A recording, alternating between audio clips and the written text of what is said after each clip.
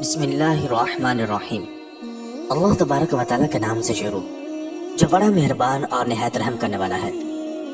معزز خواتین و حضرات، آج کی اس ویڈیو کے اندر ہم آپ کو بیان کریں گے کہ اللہ تبارک و تعالیٰ نے مچھلی کو کیوں تخلیق فرمایا اور اللہ تبارک و تعالیٰ نے اس کے اندر کون کون سی خصوصیات رکھی ہیں، اور مچھلی کا شرعی حکم کیا ہے۔ کیا تمام قسم کی مچھلیاں حلال ہیں یا بعض حرام ہے اور بعض حلال، اور یہ بھی بیان کریں گے کہ جب ایک شخص نے حضرت مولا علی رضی اللہ تعالیٰ عنہ سے دریافت کیا، یا مولا علی رضی اللہ تعالیٰ عنہ، مچھلی کی زبان کیوں نہیں ہوتی اور یہ پانی میں کیوں رہتی ہے، تو حضرت مولا علی رضی اللہ تعالیٰ عنہ نے کیا جواب ارشاد فرمایا تھا، اور اللہ تبارک و تعالیٰ کے پیغمبر حضرت یونس علیہ السلام کو مچھلی نے کیوں نگل لیا تھا، اور جب حضرت سلیمان علیہ السلام نے ایک مچھلی کی دعوت کی تھی تو اس وقت کیا واقعہ پیش آیا تھا، اور اگر کوئی شخص مچھلی کو اپنے خواہ میں دیکھے تو اس کی کیا تعبیر ہوگی۔ ناظرین محترم، مچھلی پانی میں پیدا ہونے والا مشہور جانور ہے، اور اس کی بہت ساری اقسام ہیں، اور ہر قسم کا علیحدہ علیحدہ نام ہے۔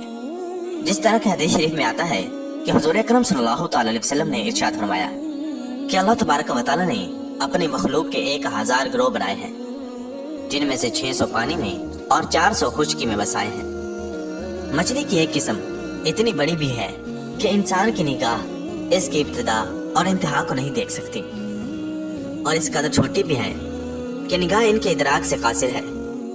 اور مچھلیاں پانی میں اس طرح سانس لیتی ہیں جس طرح کہ انسان اور خشکی کے دوسرے جانور ہوا میں سانس لیتے ہیں، اور مچھلی زندہ رہنے کے لیے ہوا سے بے پرواہ ہے، یعنی کہ اس کو ہوا کی کوئی ضرورت نہیں ہوتی، لیکن انسان اور حیوانات کے لیے ہوا ضروری ہے۔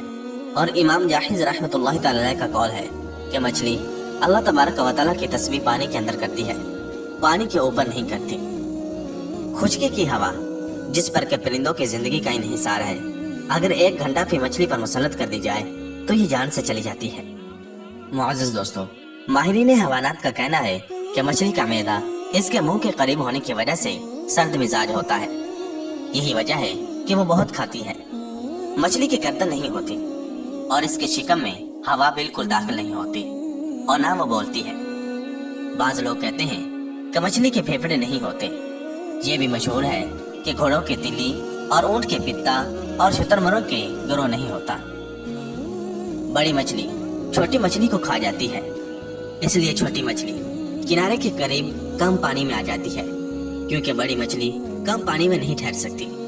اور مچھلی تیز رفتار واقع ہوئی ہے، جس طرح کہ سانپ تیز دوڑتا ہے، اسی طرح مچھلیاں بھی تیز تیرتی ہیں۔ اور بعض مچھلیاں نر مادہ کی جفتی سے پیدا ہوتی ہیں، اور بعض کیچڑ سے پیدا ہوتی ہیں۔ مچھلیوں کے انڈوں میں نہ سفیدی ہوتی ہے اور نہ زردی ہوتی ہے، بلکہ ایک رنگ ہوتے ہیں۔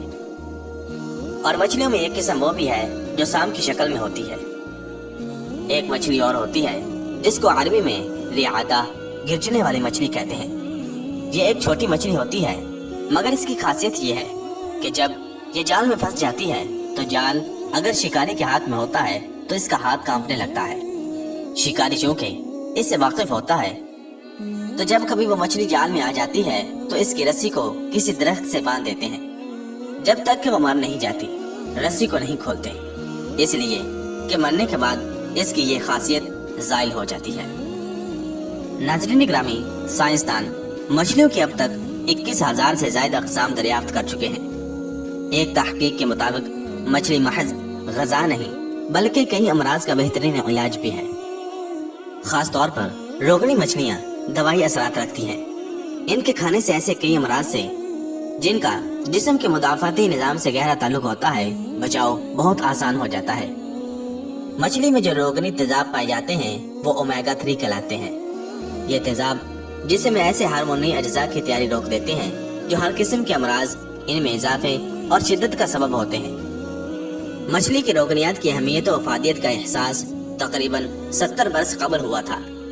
اس وقت یہ بات زیر غور آئی تھی کہ دنیا کے انسانوں کے لیے چربی مضر صحت ثابت ہوتی ہے، تو آخر اسکیمو بے حساب چربی کھا کر امراض سے کیوں محفوظ رہتے ہیں؟ وہ قلب کی کسی بھی تکلیف میں مبتلا نہیں ہوتے، حالانکہ وہ بکثرت مچھلی کی چربی اور اس کا گوشت کھاتے ہیں۔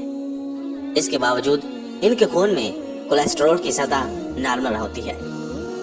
اس کی اصل وجہ یہ ہے کہ اسکیمو روزانہ جو سمندری غذائیں کھاتے ہیں وہ تمام کی تمام اومیگا 3 روغنی تیزابوں پر مشتمل ہوتی ہے۔ ساحلی علاقوں میں رہنے والے افراد امراض قلب کا کم شکار ہوتے ہیں، اس لیے کہ وہ مچھلی زیادہ کھاتے ہیں۔ مچھلی کم مقدار میں بھی قلب کی محافظ ہوتی ہے۔ چند اقسام کی مچھلیاں مختلف رنگ بھی پہچان سکتی ہیں۔ آرچر نامی مچھلی انسانی چہرے پہچاننے کی صلاحیت رکھتی ہے۔ مچھلیوں کے کان انسانوں کے کانوں کی طرح باہر نہیں ہوتے، بلکہ ان کے سر میں 2 سوراخ ہوتے ہیں جنہیں اوتھولیت کہا جاتا ہے۔ ان کے ذریعے آوازوں کو سنتی ہیں، جبکہ ان کی جلد پر موجود لیترل لائنز بھی انہیں دھیمی آوازیں اور پانی میں ہونے والی غیر معمولی حرکتوں کو محسوس کرنے میں مدد دیتے ہیں۔ الیکٹرک ایل ایک ایسی مچھلی ہے جسے ہاتھ لگانے سے 600 واٹ بجلی کا جھٹکا لگتا ہے۔ معزز دوستو، مچھلی کا شرعی حکم یہ ہے کہ مچھلی اسلام میں حلال ہے، اور مچھلی کی تمام اقسام بغیر ذبح کیے ہوئے حلال ہیں، خواہ وہ مری ہوئی ہی کیوں نہ ہو۔ موت کا ظاہری سبب موجود ہو، جیسے جال میں پھنس کر مارنا، یا ظاہری سبب موجود نہ ہو، ہر صورت میں حلال ہے، کیونکہ حضور اکرم صلی اللہ تعالی وسلم نے ارشاد فرمایا کہ اللہ تبارک و تعالی نے ہمارے واسطے 2 مردار حلال کر دیے، یعنی مچھلی اور ٹڈی، اور 2 خون حرام کر دیے، یعنی جگر اور تلی۔ ناظرین محترم، اور مسلم شریف کی ایک روایت ہے کہ حضور نبی کریم صلی اللہ تعالی وسلم سے ایک یہودی نے سوال کیا کہ جنتیوں کو جنت میں سب سے پہلے کیا کھانے کو ملے گا؟ تو حضور اکرم صلی اللہ تعالی علیہ وسلم نے ارشاد فرمایا، مچھلی کے کلیجے کا ٹکڑا۔ ناظرین محترم، مچھلی کی تخلیق کے حوالے سے امام حاکم نے حضرت ابن عباس رضی اللہ تعالیٰ عنہ سے ایک روایت نقل کی ہے۔ انہوں نے فرمایا کہ اللہ تبارک و تعالیٰ نے سب سے پہلے قلم کو پیدا فرمایا، پھر اسے کہا لکھ۔ قلم نے کہا کیا لکھوں؟ اللہ تبارک و تعالیٰ نے ارشاد فرمایا تقدیر لکھ۔ تو قلم نے اس دن سے لے کر قیامت تک پیش آنے والے تمام حالات اور تمام چیزیں لکھ دی۔ اور آپ رضی اللہ تعالیٰ عنہ نے ارشاد فرمایا کہ اللہ تبارک و تعالیٰ کا عرش پانی پر تھا، اور پانی سے بھاپ اٹھی، اور اس سے آسمان بن کر ظاہر ہو گیا۔ پھر اللہ تبارک و تعالیٰ نے مچھلی کو پیدا فرمایا اور زمین کو اس پر بچھا دیا۔ زمین مچھلی کی پیٹ پر تھی، مچھلی نے کروٹ بدلنا چاہی تو زمین ہلنے لگی، لہٰذا پہاڑوں کو پیدا کیا گیا، اور پھر یہ پہاڑ زمین پر غالب ہیں جس سے زمین نہیں ہلتی۔ اور قعب بن احبار رضی اللہ تعالیٰ عنہ کہتے ہیں کہ ابلیس جلدی سے اس مچھلی کے پاس پہنچا جس کی پیٹ پر پوری زمین رکھی ہے۔ اس کے دل میں وسوسہ ڈالا کہ اے لوطیا، اس نے مچھلی کو مخاطب کرتے ہوئے کہا، تجھے کچھ خبر بھی ہے کہ تیری پیٹ پر کتنے لوگ اور کتنے جانور، درخت اور پہاڑ وغیرہ ہیں؟ اگر تو ان سب کو جھاڑ کر اپنی پیٹ سے گرا دے تو تجھے آرام مل جائے گا۔ لوطیہ نے جیسے ہی یہ ارادہ کیا، اللہ تبارک و تعالیٰ نے اسی وقت اس کے پاس ایک کیڑا بھیج دیا جو اس کی ناک میں داخل ہو کر اس کے دماغ تک پہنچ گیا۔ مچھلی اس کی شدت تکلیف سے اللہ تبارک و تعالیٰ سے گریہ زاری کرنے لگی۔ اللہ تبارک و تعالیٰ نے اس کیڑے کو نکال دیا۔ حضرت قعب کہتے ہیں کہ اس ذات کی قسم جس کے قبضہ قدرت میں میری جان ہے، وہ مچھلی اس کیڑے کو اور وہ کیڑا اس مچھلی کو برابر دیکھتے رہے۔ اگر مچھلی پھر اس حرکت کا ارادہ کرے تو پھر کیڑا اسی طرح اس کے دماغ میں داخل ہو جائے گا جیسے کہ پہلے داخل ہوا تھا۔